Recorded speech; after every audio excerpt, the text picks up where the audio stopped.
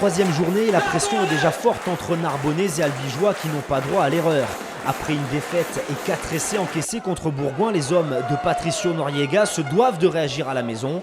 Pour Albi, 15e avant le coup d'envoi, le calcul est simple, il faut une première victoire cette saison.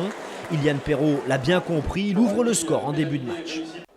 Le buteur narbonnais Thomas Fournil va pour sa part commencer un véritable festival. Il égalise dans la foulée, permettant à son équipe de revenir à 3 partout.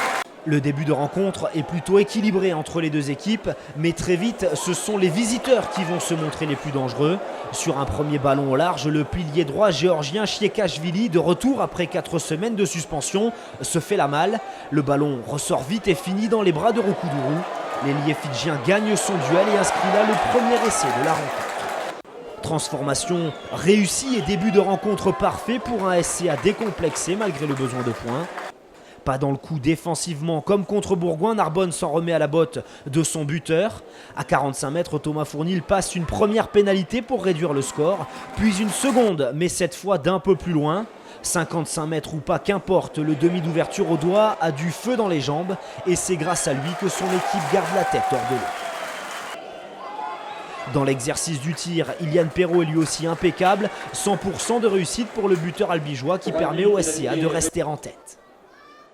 Mais quand on a la gâchette facile, forcément on en profite. Fournil passe 3 points de plus pour recoller au score dans un match où les intentions laissent progressivement place à un duel au sommet.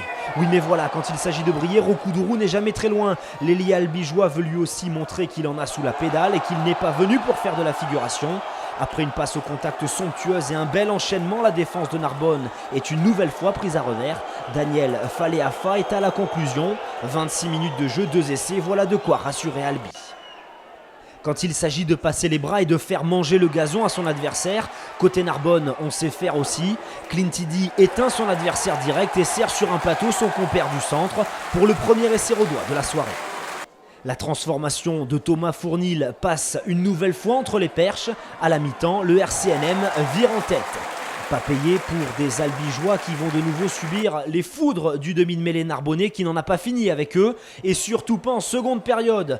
D'un côté du terrain, de l'autre, de près, d'un peu plus loin, face aux perches ou excentrés, Fournil continue son numéro. Au contact, Albi sent que la défense audoise reste perméable. Le SCA insiste, multiplie les temps de jeu et sur 2 passes intérieures magnifiques, le 3e ligne Frédéric Quercy marque et offre à ses coéquipiers l'espoir d'aller pourquoi pas décrocher un dernier essai synonyme de bonus offensif. Et si quelqu'un doutait encore que les deux équipes jouent leur peau dans ce championnat, il n'y a qu'à voir comme les acteurs offrent leur corps à la science. Sur cet énorme bouchon, l'arbitre de la rencontre, Jonathan Dufort, arrête le temps pour un protocole commotion. Le jeu repart et en fin de match, le SCA reprend un peu d'avance grâce à 2 nouvelles pénalités, cette fois de Le Gall. Le chevalier Fournil n'aura donc pas sauvé Narbonne à lui tout seul dans cette rencontre. Pour la première fois en 10 ans, Albi s'impose à Narbonne qui prend un gros coup d'épée sur la tête.